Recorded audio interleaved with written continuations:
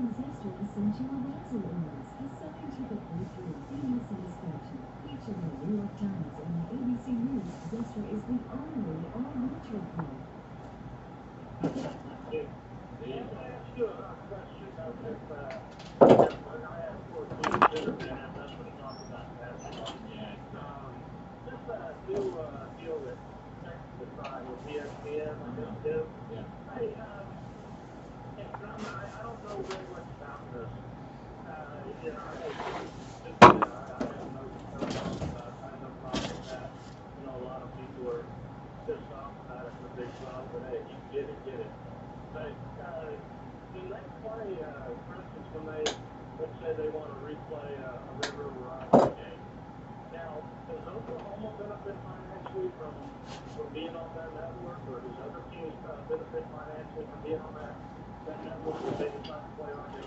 To be honest with you, I have no idea. I have no idea how that works, and all I know is that they have a deal for 20 years that pays them $300 million. That's really all I know. I'm not a behind-the-scenes TV guy.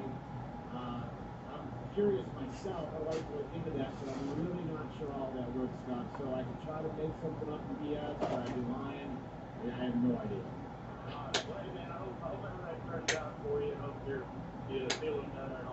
Appreciate that. Have a good day. All right, Scott. Thanks, buddy. Appreciate that very much. Yeah, I'll get it all worked out.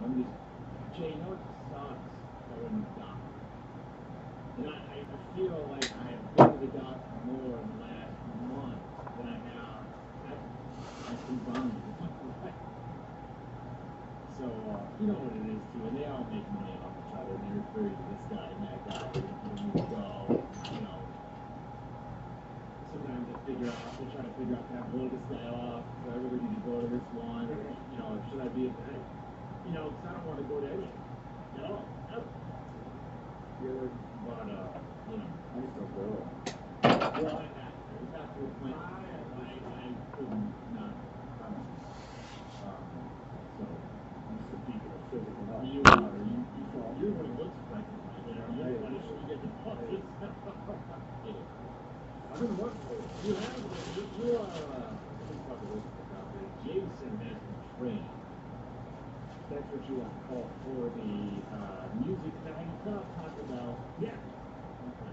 Taco Bell has as much as I can.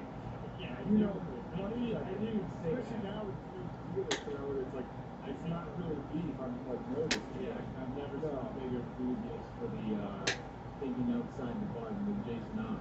Sure. But you've been training for Music City Miracle. Yeah. Yeah. Do you put like Jersey Shore on your iPods? I got a couple of Jersey Shore soundtrack songs on. I've got a couple good songs on there to get me through. But no, just during week 2, week 3. If I made you like a couple of week 2, if I made you like a couple of mixed CDs. Well, one of our bonus songs is actually Metric, which is one of my favorites. Yeah, that's actually the number. They give you like a steady dose of like. See, you listen to like some mellow stuff, which is I like it. No, I don't. I mean, a little bit. The Grace Potter a lot. That's not really mellow. Well, you know, but like kind of jam it. I think grooving like what? I need to be. I can get you plenty of it. I want you to really. I want you to get them wet. I think I enjoy them. I like those. You know, there's a lot of things. You know, the Greenhorns is a band really into nowadays. Hills. You know, there's a lot of things I think that you could run to that would broaden your horizons past this Jersey Shore soundtrack. Well, yeah, I get concerned. Yeah, but see, I'm old school too. I get you a Sacred Kitty, you know, a little old school. I got like the first song is your Metro song. Is Metric. And then who do I go in? I think I got like Earth, Wind & Fire into that. And I think I go into Elvis and country, and then some Eminem, and back out to some Justin Timberlake. I think. I can't remember the full playlist that I have for my marathon training, but it's all over. I gotta get you on the Grace Potter wagon. Elvis, there's no better music to work out. For week, there's nothing about it. Yeah, week 2, I'm up to running about 3.5, 3 miles. Knocking it out in about 30 minutes or so, which is pretty good. I'm happy with that. I ran 3 miles for the first time Monday, and or Tuesday, I should say, and I ran it in about 29, 28. Yeah. So you're getting it. Okay. Hey, I told Jan to post the job up on Craigslist the day before we run, so we can get that baby filled. Nah, there's no dying here. We have facts here. This day is going to make it through in one piece. 13.1. You should give you the 13.1. That's how long I have to run. Are you the guy who's not a jet black? Yeah, I don't like the white stripes. I can't wrap my head around it. Yeah, I don't think it's silly. You know, one of the folks I was like, man, I wake up deciding they keep running. Yeah, that's really cool. Yeah, black belt, that's big sports fan. You can hang out a little bit and talk food and football and tunage and vinyl. Do you need to remind everybody what happens the Friday after signing day? No. I just checked it. Don't expect us. Kevin in the Cavs, hey Kev, how you doing, buddy? Hey, special fun. Not much, man. How are you? Good. Hey, I'm not going to play the follow college basketball. I got a dream. I mean, I can only follow the ball a little bit. I'm flying through the pages. Yeah. The newspaper. You know, they kind of become obsolete whenever they're not on TV anymore. Kind of have their own little football. You can find on TV or on the radio anywhere. Nobody wants to talk. I think there's a couple things I've seen. I don't know if you're old enough to remember back when Wire played. Terry Cummings played for the Paul. Those were the teams that Tom was participating in the Big East right now. Yeah. I think there's two things that are that's going on there. It's number one, I think they got away from a publicly coach. You know, Ray Meyer, I think he had different calls publicly. I think they promoted him. They already retired with Pat. Retired here. Was off. Right now, although he's been able to get in. I didn't realize last night that your pilot was one of the early coordination. But I think that's one problem that most folks maybe around about the fact that they don't have a guy that can relate to the public coaches, or I think they could get a public coach would be, but and I just think Chicago publicly down the talent. You know, you look at Wayne Black's year, that's probably about, there might be a couple other guys. Yeah. In Chicago, who think they are outstanding talent. You're getting as many kids outside in the suburbs as you do in the city that are if they are full. You got a Ryan Boatwright, say his name is Blacks right now, but he's out there. It used to be in Chicago Public League that it was a feeding frenzy for every college coach in America. But you had probably 8 kids that those coaches could come in and try to recruit, and the Paul was able to recruit those kids. Yeah. And it's just not happening.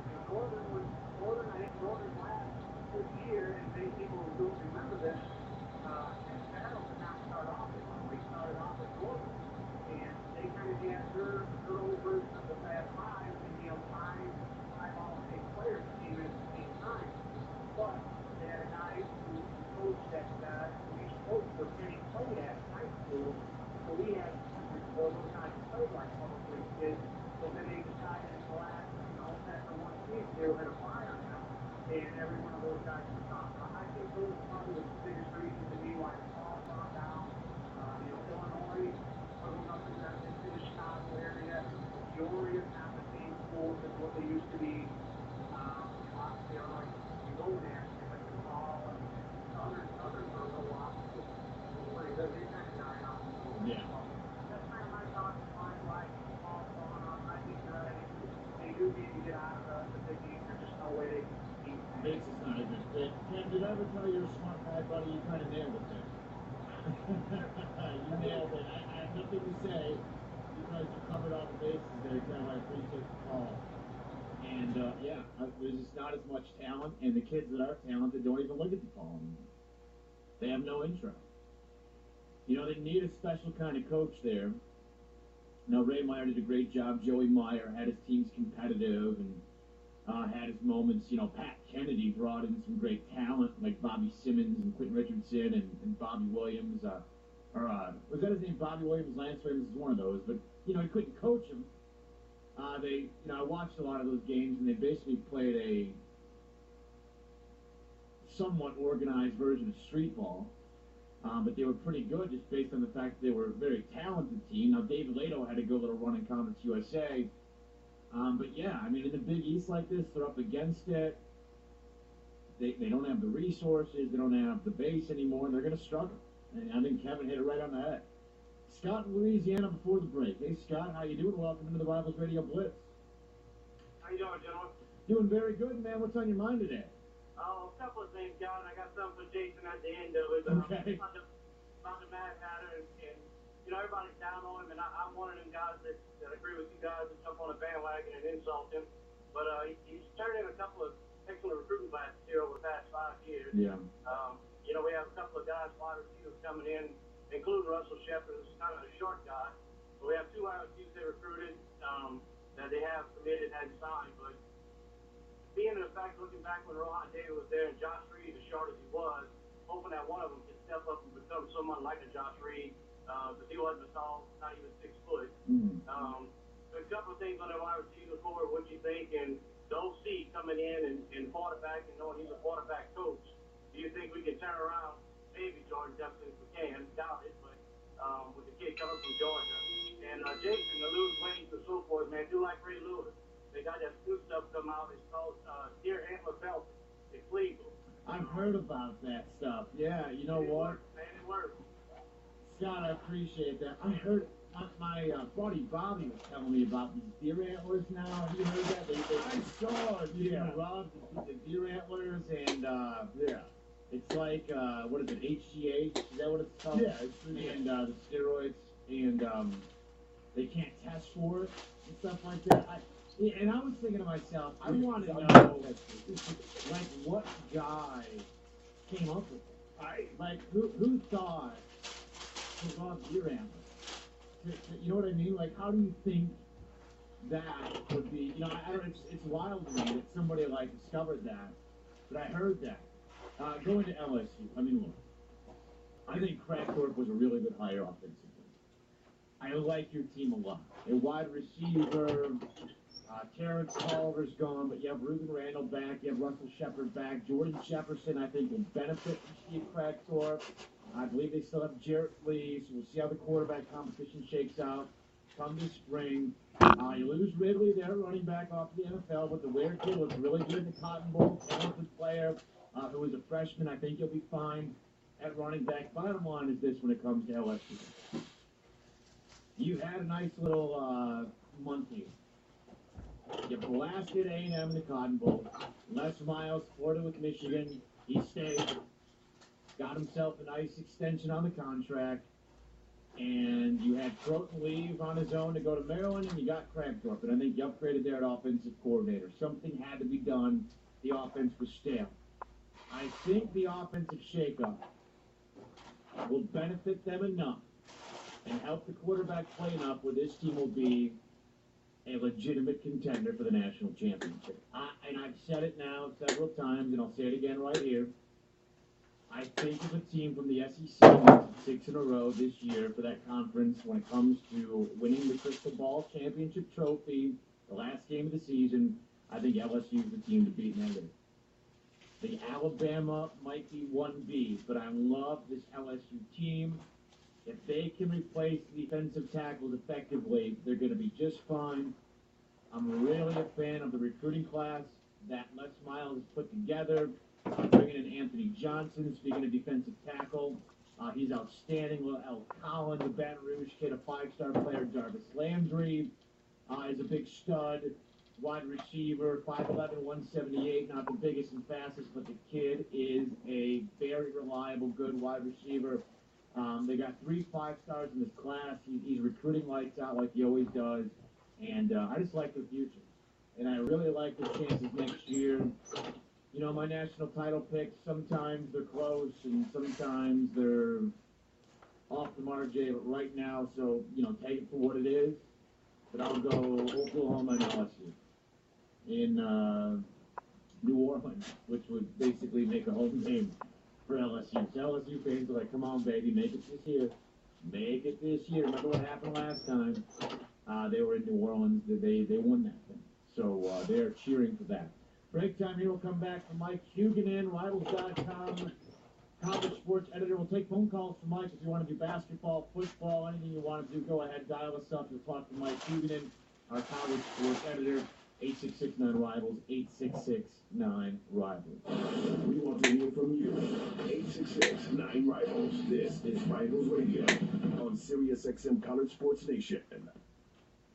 Sirius XM's Raw Dog Comedy Uncensored presents Unmasked, taking you behind the scenes with the biggest comedy stars. My first stand-up special, parts that just make me cringe. This week, from King of Queens, movies, and stand-up comedy, Patton Oswalt. It's personal. It's like the classic young comedian, totally insecure and terrified, and tells nightmare tales from the road. The worst one-nighter I ever did. And a club is going to close in 3 weeks. I'm like, I can't mess this up. Patton Oswalt on Unmasked, Saturday night, 8 East, 5 West, on Raw Dog Comedy Uncensored, Sirius 104.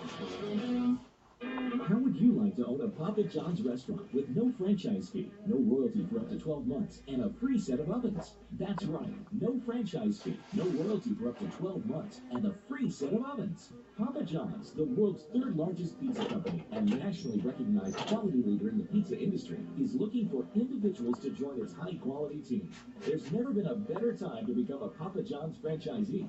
If you're looking for a new business opportunity and want to own and operate a Papa John's restaurant, look no further. Sign up now to take advantage of the great benefits. Again, no franchise fee, no royalty for up to 12 months, and a free set of ovens. All franchise applicants must meet Papa John's requirements, and certain restrictions apply. So please visit papajohns.com or call Papa John's at 502-261-4844 today for more information. That's papajohns.com or 502-261-4844. Better ingredients, better pizza. Papa John's. This is Dan Tullis, and I just called Joel Clark, one of Select Quote Insurance Services' term life agents. Hi, Mr. Tullis. Joel, how does Select Quote save you money on term life insurance? Well, buying term life insurance is about choosing the right company. Let's say you take antidepressants or you smoke. All insurance companies are going to price that differently. And we'll impartially shop all the companies we represent to find you the best price. Can you give me an example? Sure. I just got a 40-year-old man on blood pressure medication, a $500,000 policy with a highly rated insurance company. His price? $21 a month. Thanks, Joel. See how affordable term life insurance can be for you. Call 1-800-951-9406. That's 1-800-951-9406. Or go to selectquote.com. Select Quote. We shop, you save. Get full details on the example policy at selectquote.com/commercials. Your price could vary depending on your health, issuing company, and other factors. Not available in all states. We want to hear from you. 866-9-RIVALS. This is Rivals Radio on Sirius XM College Sports Nation. MLB. The Boston Red Sox, if they stay healthy, are without question baseball's best in 2011. To the NFL. I'm so sick and tired of hearing NFL players complain about the 1880 season. And everything in between. These athletic directors and school chancellors and presidents need a reality check. They really do. You know what we should go with, LeBron? Why don't we get highlights to put on your Twitter page on Game 5 against Boston when you lost by 34 points? I'd like that on your Twitter page. It's all sports all the time on Mad Dog Radio. Sirius 123, XM 144. A very wealthy U.S. citizen is predicting that in 2011, we will witness the most important day in America in more than 50 years. He says it will change everything about our lives, the way you shop, travel, invest, educate your children, and even how you take care of your health and your own family. Now, this man has made some outrageous predictions over the years. The crazy part is he's usually right. You see, he predicted the collapse of GM, Fannie Mae, Freddie Mac, and America's biggest mall owner, General Growth Properties. In fact, Barron's called his work a dire prophecy. Recently, he created a video which you can watch online for free, detailing his biggest and most important prediction yet. And it's a real eye-opener. I can't stress this enough. You should at least watch this free video online today. He explains everything you need to know, including simple steps you can take to protect yourself. You can find the video at www.endofamerica15.com. That's endofamerica, the number 15.com. Watch the free video at www.endofamerica15.com. That's endofamerica15.com. Mortgages should be illegal because you're getting robbed every month. For example, if you have a typical $200,000 30-year mortgage, you're going to end up paying over $400,000 after interest. That's almost $250,000 that you could be putting into your pocket instead of the bank's. I want to send you a powerful free CD to show you how. Hi, I'm John Commuta, creator of the Transforming Debt into Wealth system. My proven system can eliminate your mortgage and all your other debts using just the money you already make. That's right, no credit card debt, no car payment, no mortgage. It's easy, it works. I will be able to pay off my house in approximately 2.5 years on a 30-year mortgage. Stop getting robbed of your money and your future. Call now and I'll rush you a free CD today. Call 1-800-700-6439 for your free CD. Call 1-800-700-6439. That's 1-800-700-6439. The Blitz, the Rivals Radio Blitz returns. Here's Chris Childers.